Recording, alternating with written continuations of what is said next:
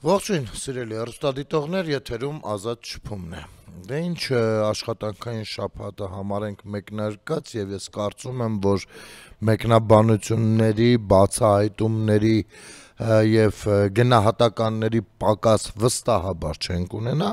որովհետեւ հանգստյան օրերին, շաբաթ կիրակի օրերին, ուրբաթից սկսած անգամ, երբ մենք հաղորդումն արդեն նկարահանած ունենք, սեղմվեց մի կնոպկա ռուսական կողմից, ռուս-թուրք-ադրբեջանական կողմից, ավելի ճիշտ ընդհանուր շահերը այդ պատկերն ունեն, սեղմվեց մի կնոպկա ու միանգամից դուրս պրծան որոշակի ելուզակներ, սկսելով Հայաստանի Հանրապետության դեմ ամենատարբեր դանոսները հասցնել եւ Հայաստանի Հանրապետությանը անխնա հարվածներ նույնպես հասցնել։ Նախ մի քանի օր դրանից առաջ խալխի ձևովի մի համով բուլկի գնացելու հարցազրույց էր տվել $400,000 Նյու Յորքում եւ առաջին թարգմանությունները, կադրերը հայտնվեցին այս օրերին, պարզվում է սա գնացել այնտեղ ու հայտարարել է, որ հայկական կողմն է իրականացրել Արցախում էթնիկ զտում։ Սա ես բառացի եմ ասում, այո, գուցե ձեր ուղեղում նույնպես չի տեղավորվում, բայց պարզվում է որոշակի ուղեղներում, որոնք որ բուծվել են ամենատարբեր լաբորատորիաներում, այսպիսի չիպ դրված կա։ Եվ երևի թե այս ձևով էր եկել Սամվել Կարապետյանը այստեղ ինչ-որ հարցեր լուծելու, մարդ, ով Հայաստանի եւ Ադրբեջանի միջև 44-օրյա պատերազմի առաջին օրերին դրել է հավասարության նշան եւ իր պատկանելությունը, ազգային պատկանելությունը մոռանալով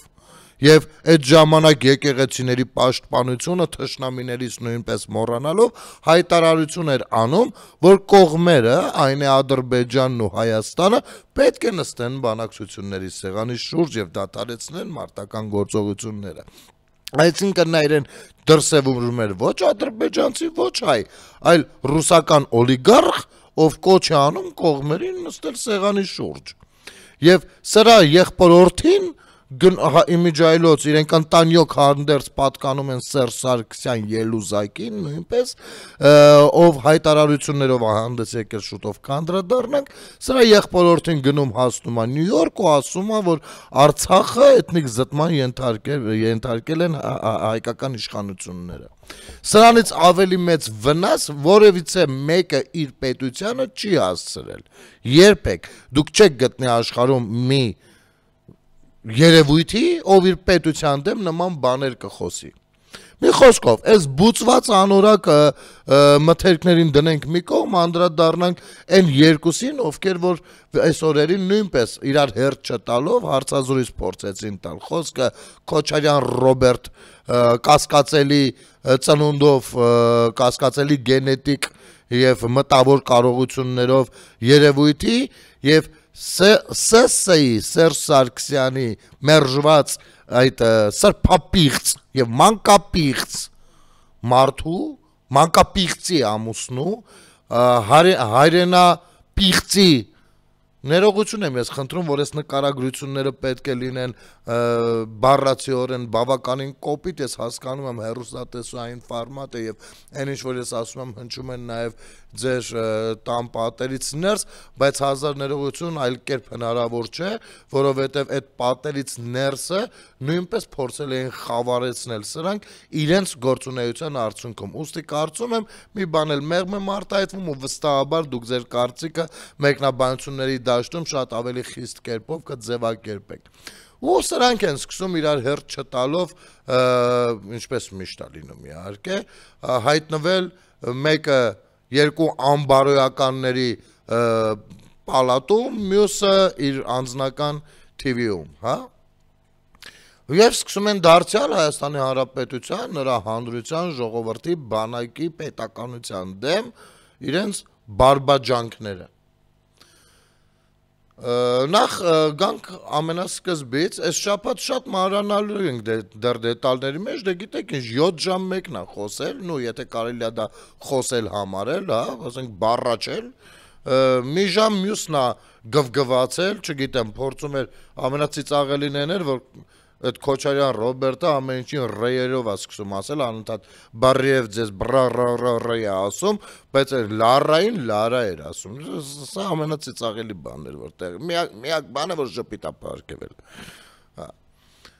Ու այն մյուս բուլկու եթերն մի խոսքով սա հասկանում եք, որ մի օրվա վերլուծելու բան չի, բայց այսուհետ ես որպես Հայաստանի Հանրապետության քաղաքացի հրաժարվում եմ նախ այն երկուսին համարել երբեմնի նախագահներ, որովհետև երկուսն էլ կեղծիքներով են դարձել նախագահ, ու ես առհասարակ առաջարկություն ունեմ, որպեսզի նրանց այդ տիտղոսներից, թոշակից, չգիտեմ ինչերից զրկենք եւ ապագայում էլ քրեականացնենք, եթե որևիցե մեկը նրանց նախագահ կանվանի։ Այս ինչ խայտարակություն է, ամեն անգամ նրանց նախագահ ասողը խայտարակում է մեր երկիրը։ Ասում է մեր նախագահը կարար չլիներ ժողովրդի անվտանգության երաշխավորը։ Բառացի դա են ասում, ովքեր որ սրանց նախագահ են անվանում։ Սրանք նախագահներ չեն, պատահական հայկական իրականության մեջ ներդրված, ներկրված ներկայացուցիչներ են, պակ գործակալներ, չգիտեմ, մեկը Նարիմանով, մեկը ես շատ գիտեմ ինչ, ովքեր որ հնարավորինս Հայաստանի Հանրապետությունը փորձել են ոչնչացնել ու այն դարձնել ընդամենը տարածք որոշակի բազաների համար, իհարկե կուլ գնալով փողի մեծ քանակներին, էլի։ Գանք սկզբից Սերժիկից Նարիմանով։ Ես երբ Արցախում ծառայում էի, նրա մասին ինչ շատ բաներ պատմում էին։ Գիտեք, ասում էին, որ այն պիտաճոկի տակ շատ էին հավաքվում ու տենց ինչ-որ աբիժնիկ բան կար էլ իրանց մեջ, չէ, այդ բառի համար նույնպես կներեք, դրա հայերեն տարբերակը միշտ չի ստացվում, որպես ես գտնեմ, որովհետև իրենց կերպարն այնպեսին էր, ոչ Բաքում էին ընդունված, ոչ տղայական հարաբերություններում, ոչ առհասարակ մարդկության մեջ, ու տես միշտ իրենց փոքրիկ խմբակով այն կողմի վրա են, դե գիտեք հենց այդպիսիներին էլ հավաքագրում են առհասարակ համապատասխան կառույցները, էլի։ Ինչ որ երկար մազերով խելոք սիրուն տղա,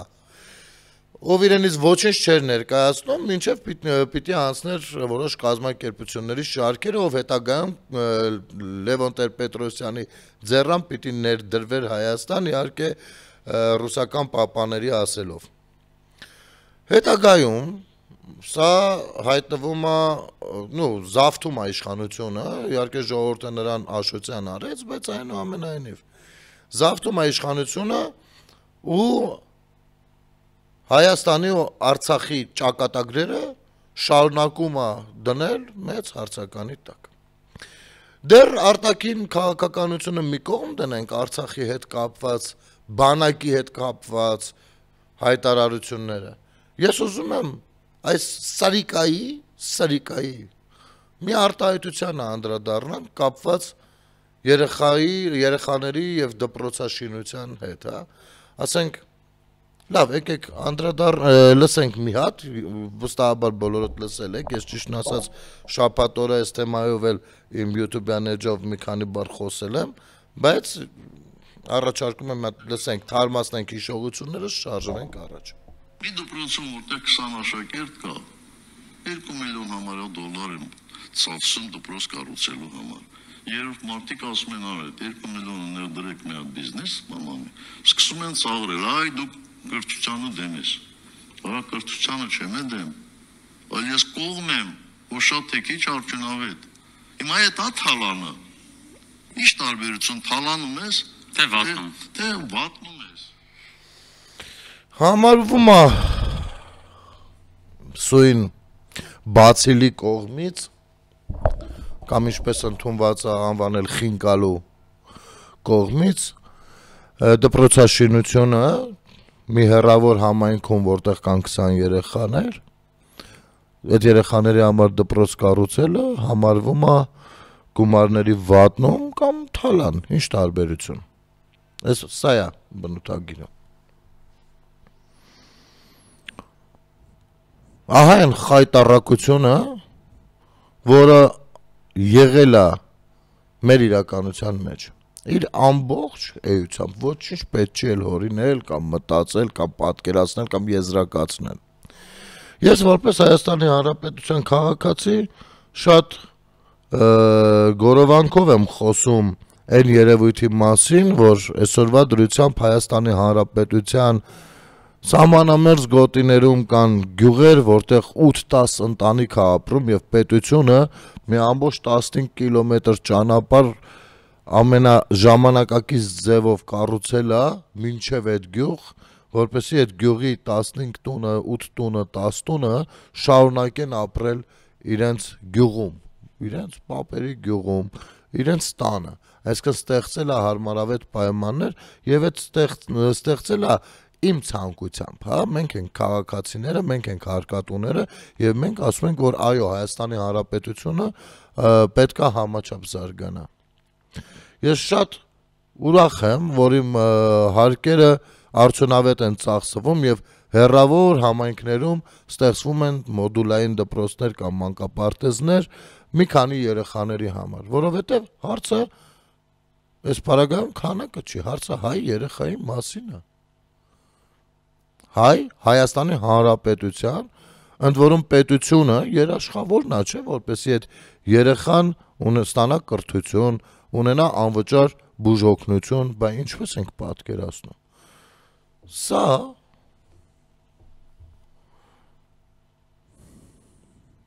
բնութագրելը անգամ դժվար է։ Ոսում 20 երեխի համար բարժի դպրոց կառուցել։ Ինչ է 20 երեխային էլի, ծախեք թողეთ, հա, երևի, Սերժ Սարգսյան։ Դուք ձեր ընտանիքով, ասենց այս արհամարական վերաբերմունքը հայ երեխաների, հայ մարդկանց հանդեպ։ Կնիկը երեխա էր ծախում, գործով էր, թքած ուներ հայ երեխեքի վրա։ Ինքը հայ երեխին նայում էր, փող էր տեսնում այդտեղ։ Դու դուրս ես եկել 20 երեխին համար ասում ես դպրոց պետք չի սարքել, բանա, գործարան սարքեք թող գնանը, քո երեխեքը, քո թոռները, ինչ են անում, կարող են լինել այդ 20 երեխաներից մեկը, թե չէ։ Քո փեսեն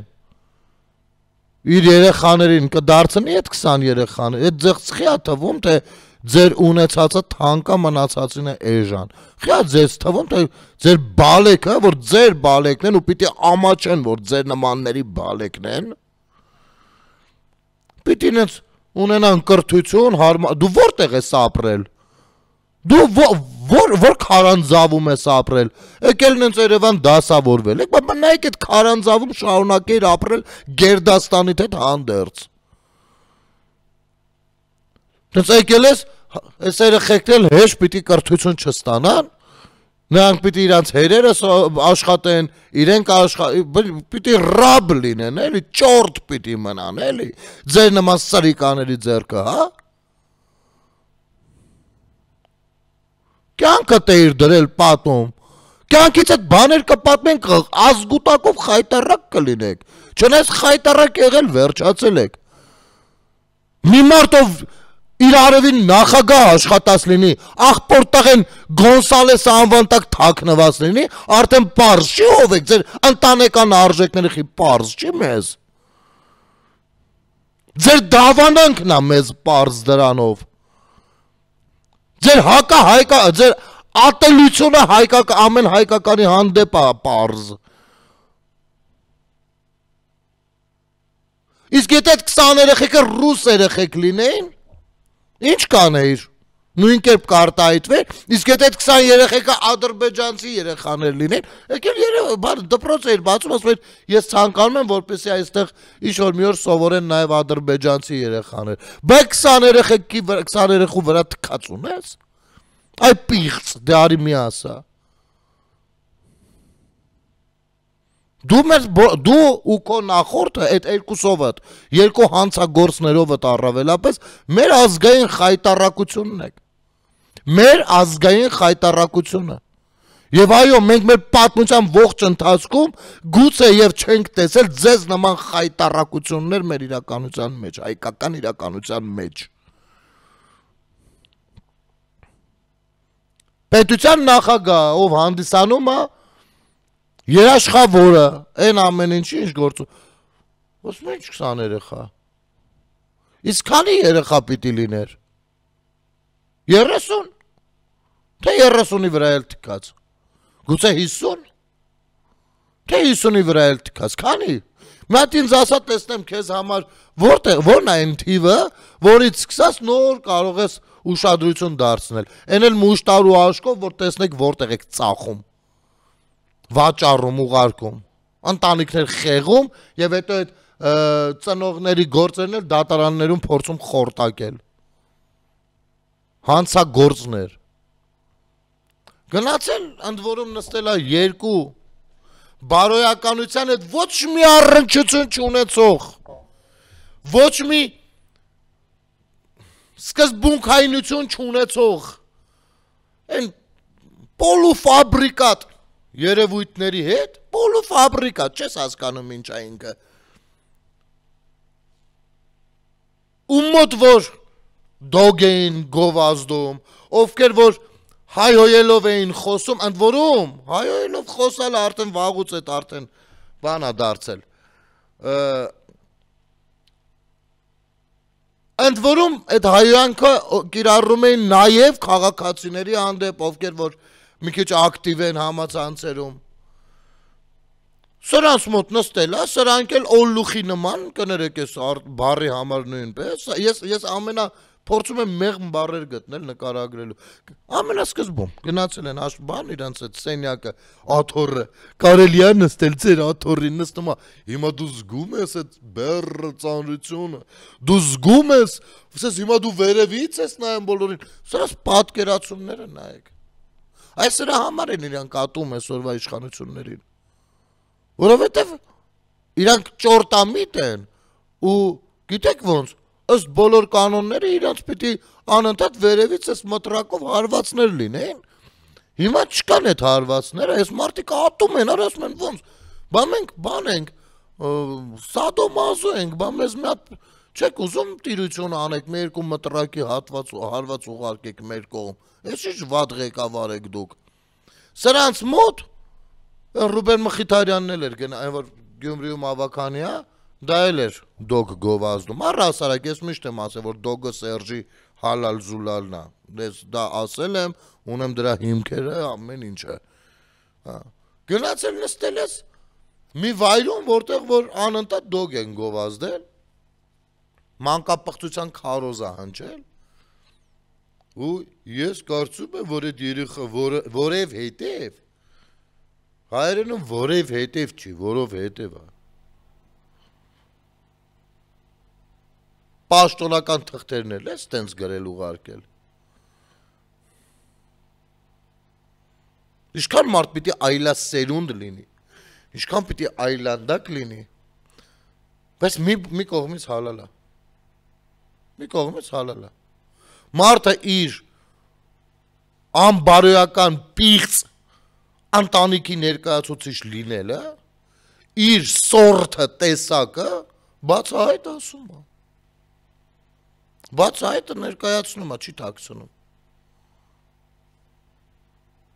քանի երեխու ճակատագիր ես խեղել քո 10-ամյա կառավարության ժամանակ այս մտածելակերպով, դու տեղյակ ես, Հայաստանի Հանրապետության երեխաների 30%-ից ավելին, այսինքն 20, 10, 5, 30 զրկված են եղել տարական կրթություն ստանալու իրավունքից, ժողովուրդ ջան, որովհետև սրա նման խելագարները, մանկապիղծները, անբարոյականներն են եղել երկրի ղեկավար, եւ այո, հենց սրանցից ենք ազատվել, եւ եթե Փաշինյանը ոչինչ էլ չանի, կներեք, ես բանը պիտի ասեմ արդեն, ինչքան խոսում էին, այնքան ավելի ես գնում դրան, որ եթե Փաշինյանը ոչինչ էլ չանի, արդեն լավ է, սրանք, որ ողջ հասարակություն են դեգրադացրել, բա ինչ սպասում էր այդ 20 երեխեքը տենց առանց կրթության մեծանան, որ վերցներ տաներ բանակ, հա?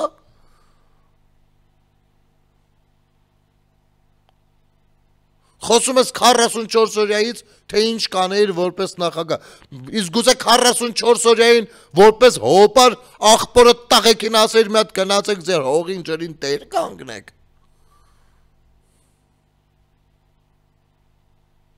երկու հանցագործ աղբերներդ, դու մի տան նկարագիր է, Շատ սազական 3 աղբերներ։ Ես շատ եմ տեսել, որ երկու եղբայր լինեն, մեկը շատ լավ տղա լինի, մեկը շատ վատ մարդ։ Այստեղ 3-ը նույնից են։ 3-ն էլ բարոյականության անբավարարվածություն է իրանց մոտ։ Սես տեսեք, առհասարակ ոնց է։ Կինը երբ որ հղիանում է,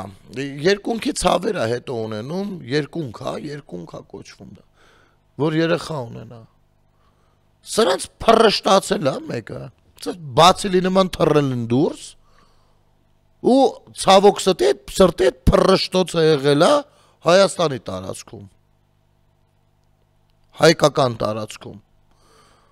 Ուսես տազրուկի նման եկել կպել են ժողովրդի ջանին։ Մեկը սաղի հետ 50-50, ով ինչ ուզենար ձեռնարկեր ձեռից խլեր, մյուսը իր արևին դասախոս, մե պիղծի երևույթ, հյուսիս հարավով անցել եք, այդ լրագրողները, որ գնում էին Թալին կիրակի, անցնում եք այդ ճանապարհ, դա կերել է այն մյուս աղբերը, հիվանդ աղբերը, հիվանդ։ Այս մյուսն էլ Ղումար բազ նարկաման մանկավաճառի ամուսին ու բան երեխաների ապագային իր պատասխանատվության գոտում գտնվող առհամարական վերաբերմունք ցուցաբերող երևույթ։ Խնդրեմ անունը դրեք սրանց։ Մեկ անուն դրեք, ոնց է դա կոչվում։ Կարճ դադար մեր եթերում։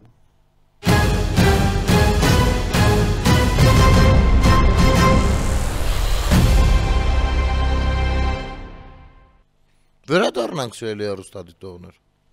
Ուրեմն 3 պատարակից հետո ես Հովանավանքում էի ճիշտն ասած պատարակի գնացել, գնում եմ ու ջան ընկերներից հանդիպելու, էլի ընդհանուր ընկերներ եկան նստեցինք, զրուցում ենք։ Ծանոթացա մի մարդու հետ, ով բավականին փառապանծ անցյալ ունի, մասնակից պատերազմների եւ այլն։ Իմացա, որ նրա որդին զոհվել է 44-օրյա պատերազմի ժամանակ։ Ինքը Ռուսաստանում է եղել այդ օրերին, դե կհիշեք երևի Covid-ը կար, փակ էր ճանապարհները, չի կարողացել գա հասնի, որպեսզի ինքն էլ մասնակցի պատերազմին։ Հետո մենք մտքերով գնացինք ուրիշ տեղ, էլի։ Ասում եմ, ինչ է ստացվում։ Պետության համար կյանքը չխնայած մարդը, այս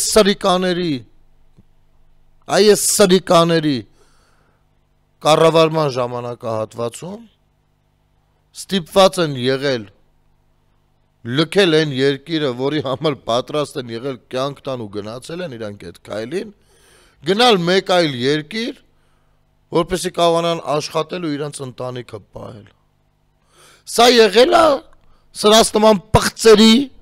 վերաբերմունքը, քոչասերժերի վերաբերմունքը մեր բոլորիս պետության համար իրենց կյանքը չխնայածների հանդեպ։ Սա է եղել իրենց իրական վերաբերմունքը։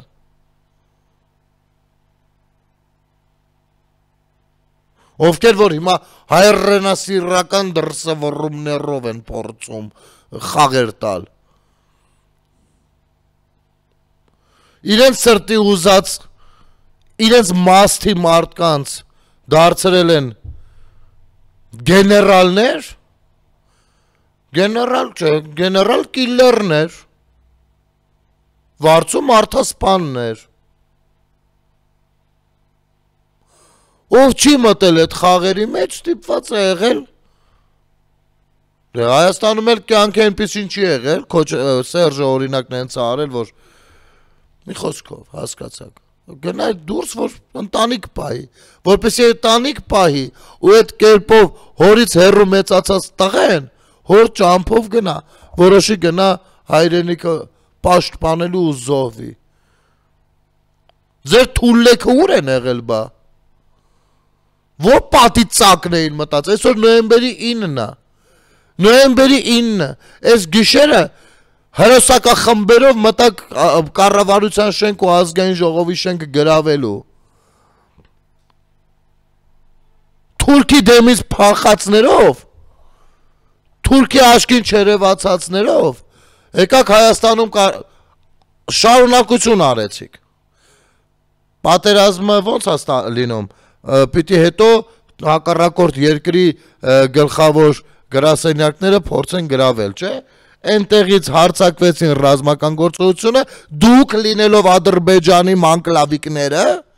այստեղ գրավեցիք շենքերը։ Դուք ու թուրքերը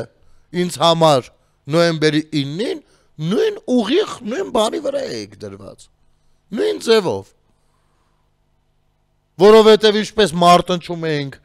ռազմի դաշտում, եկանք Երևան մարտնչում էինք ձեր նման ելուզակների դեմ, սրբապիղծ հայրենավաճառ դեգեներատների դեմ։ Այն ինչը որ պիտի աներ Ալիևը, արեց ձեր ձեռամբ։ Հայաստանի Հանրապետության կառավարության շենքը գրավվեց։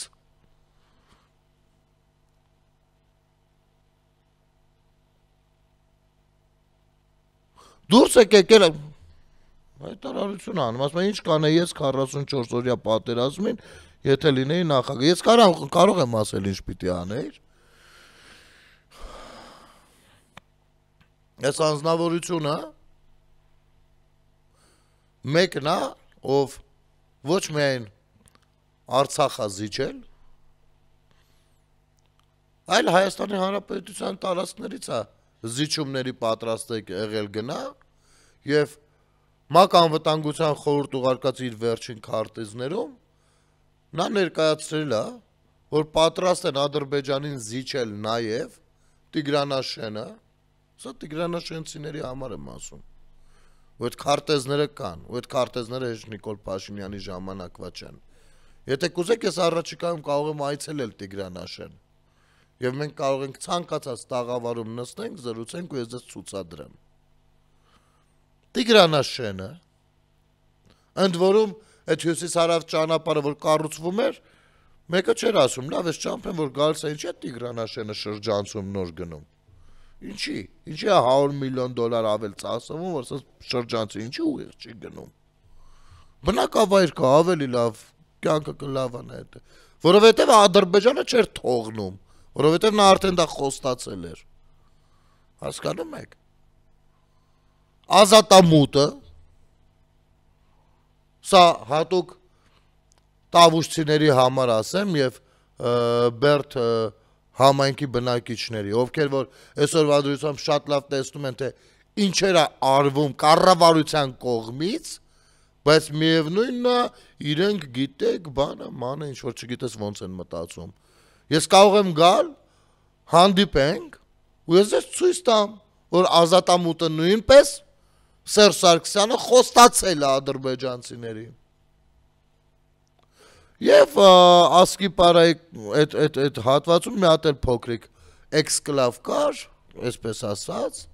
որը նույնպես խոստացել է Կիրանցում միտինգներ անողներին սատարող բաներ։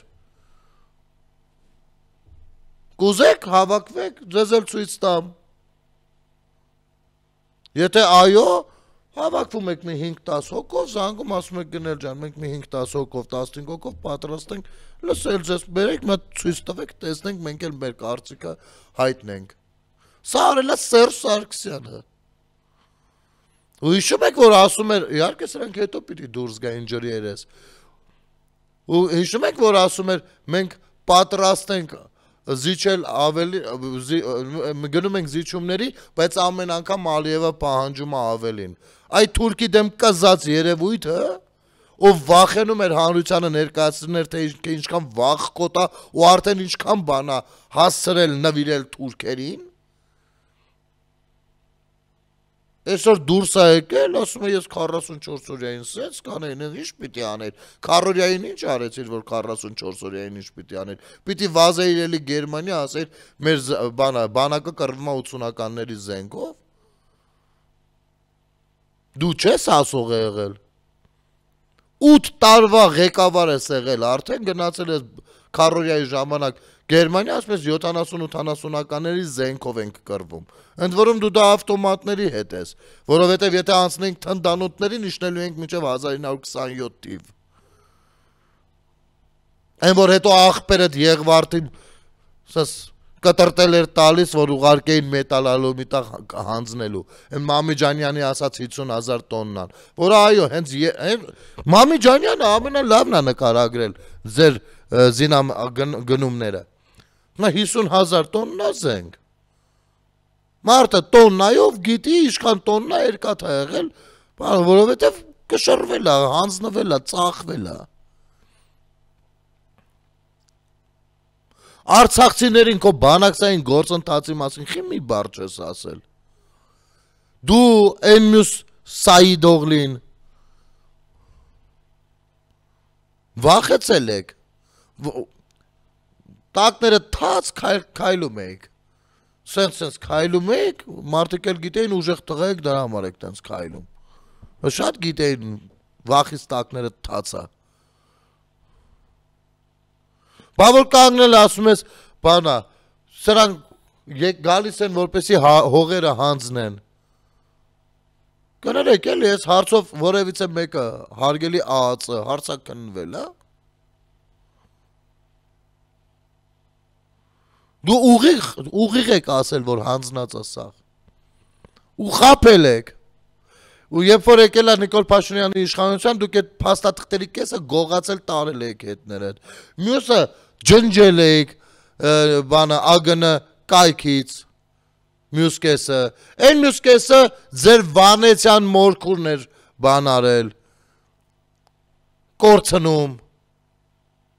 ում հետ այսօր դուք եք բան, չէ, կոալիցիայի մեջ։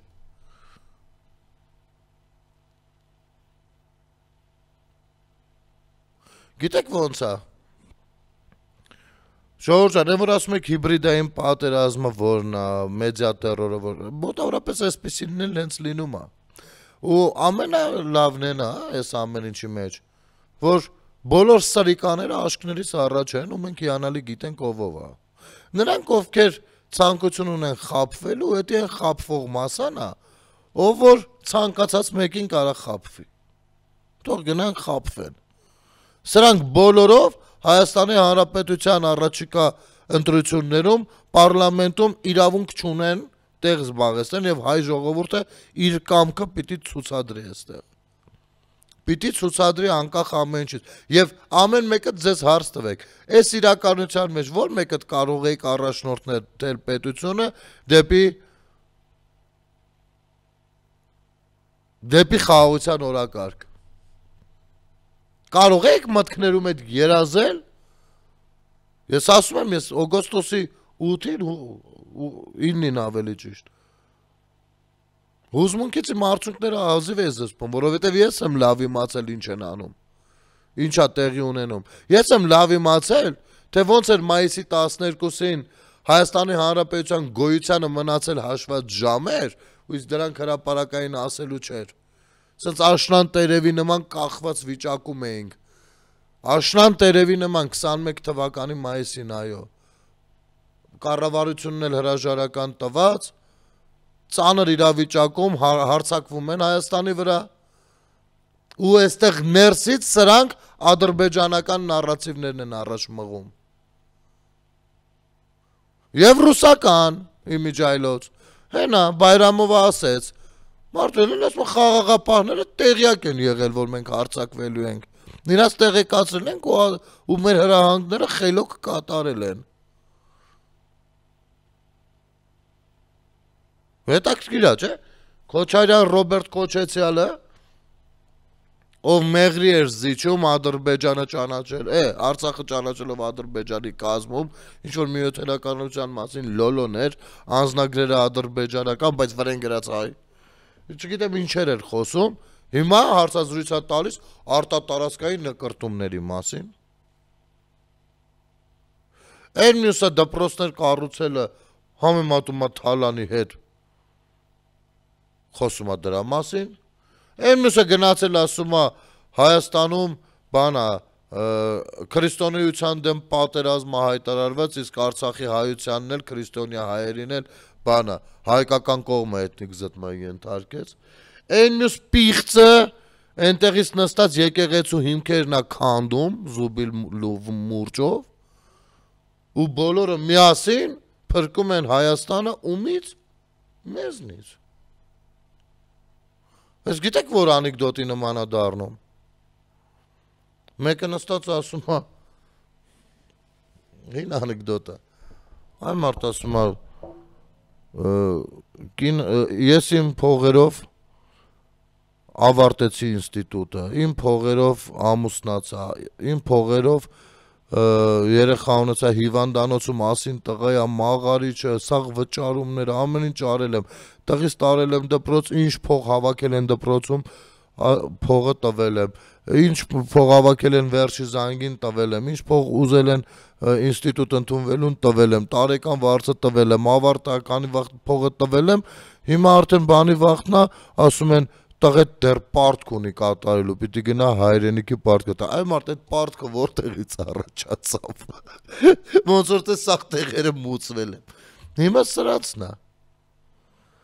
ոնց որ թե ամեն ինչի քաշողը մենք ենք եղել, ու դուք դարել եք հայրենասերները, մենք էլ տենց բան ենք անում,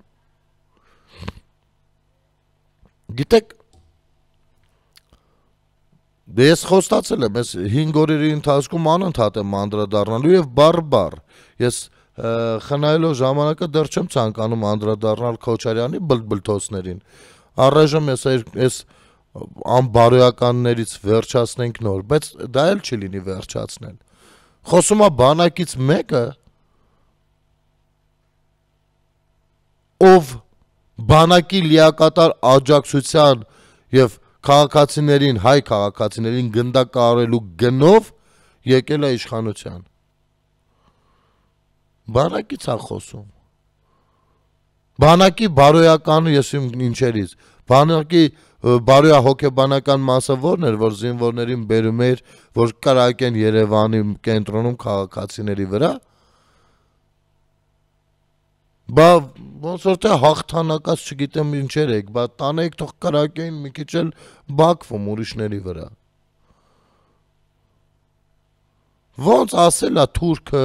ռուսը, ձեզ ոնց ասել է դուք այդպես արել եք։ Դուք վաճառել եք ձեր ծննդավայրը, ձեր հայրենիքը, հիմա եկել ուզում եք դուք ձեզ փրկեք, երևի թե ձեր խղճից։ Չի ստացվելու։ Եվ եթե դատաիրավական համակարգը ձեզ չանդրադառնա, միևնույնն է հանրության ներսում դուք երկար չեք գոյատևելու, չեք դիմանալու այն գնահատականներին ու բլութագրին, որը ընդհանուր առմամբ կա։ Ու ես առաջարկություն ունեմ, հեսա Facebook-յան էջ ենք բացում, դե եթե իրենք սիրում են ատելությունով խոսել, մենք էլ այդպես կանենք, շատ են ոնց որ ուզում դրա մասին, ուրեմն կբացենք Facebook-յան էջ ու ես կհրապարակեմ այդ էջը ու կառաջարկենք, որպեսզի ով ինչ մտածում է սրա ու սրա ընտանիքի մասին, կամ առհասարակ սրանց թևի ցանկացած մեկի մասին մտնի ու իր կարծիքը ամբողջությամբ ցանկացած ձևակերպումով ներկայացնի, ցանկացած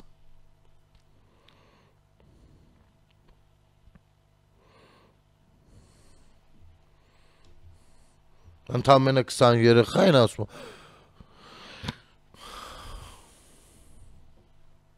Ընդամենը 20 երեխա են։ Մի երեխա կորել էր սաղ ազգովի ընկել ենք, այ մարդ գիշեր ցերեկ չէինք գնում, ասում ենք ինչ է, այ 20 երեխա են։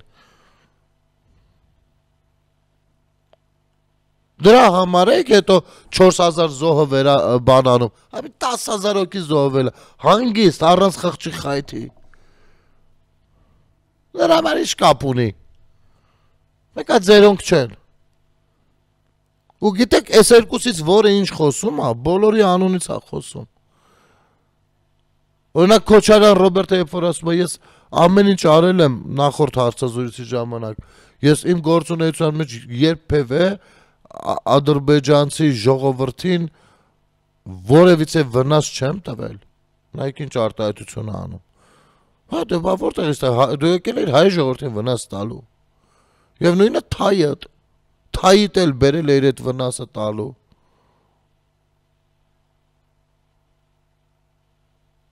Այս ժողովրդի մեջ այսքան թույն ու թարախը դուք եք ներարկել։ Այ որտեղից որ կաթ եք խմել, Այդ թարախա եղել, դա մայրական կաթ չի եղել։ Այդ թարախը հետո այսպես շպրտել եք հայկական իրականության դաշտ։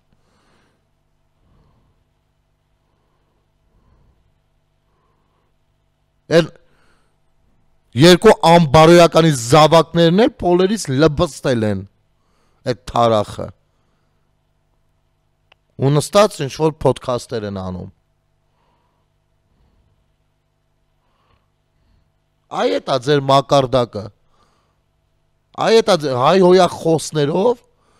պղծերով, սրբապիղծներով, ձեր արժե համակարգը դա է։ Ձեր բոլորի հեռացումից հետո Հայաստանի Հանրապետությունը բոլոր անկյուններով պիտի մի հատ խանգարկում լինի։ Այս իրականությունից երբ որ դուք կտրվեք, արդեն չլինեք։ Մի հատ պիտի խունկ վառենք, սաղ տեղերով մակրազարթենք, սիրուն ակուրատնի հավաքենք, նստենք։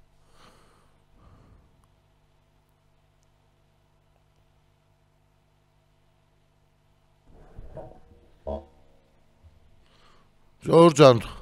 թույլ տվեք ներողություն խնդրել որոշ ձևակերպումների համար եւ ձեր տրամադրության վրա բացասական ազդելու համար, բայց նաեւ պետք է զգուշացնեմ, որ այո, այս շաբաթը շատ ասելիքներ ունենք այս 3 հարցազրույցների վերաբերյալ ու մեր բնութագրական ձևակերպումները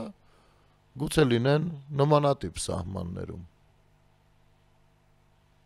Հայրենա վաճառների մեջ հետ կներեք,